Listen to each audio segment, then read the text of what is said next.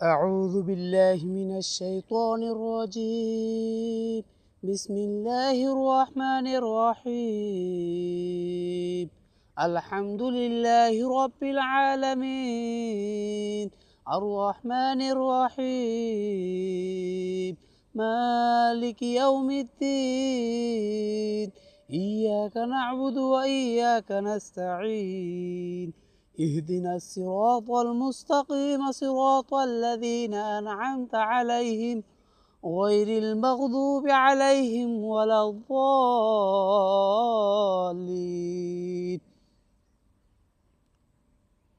অর্থাৎ বিতাড়িত শয়তানের ওয়াসওয়াসা থেকে আমি মহান আল্লাহর কাছে পানাহ চাই।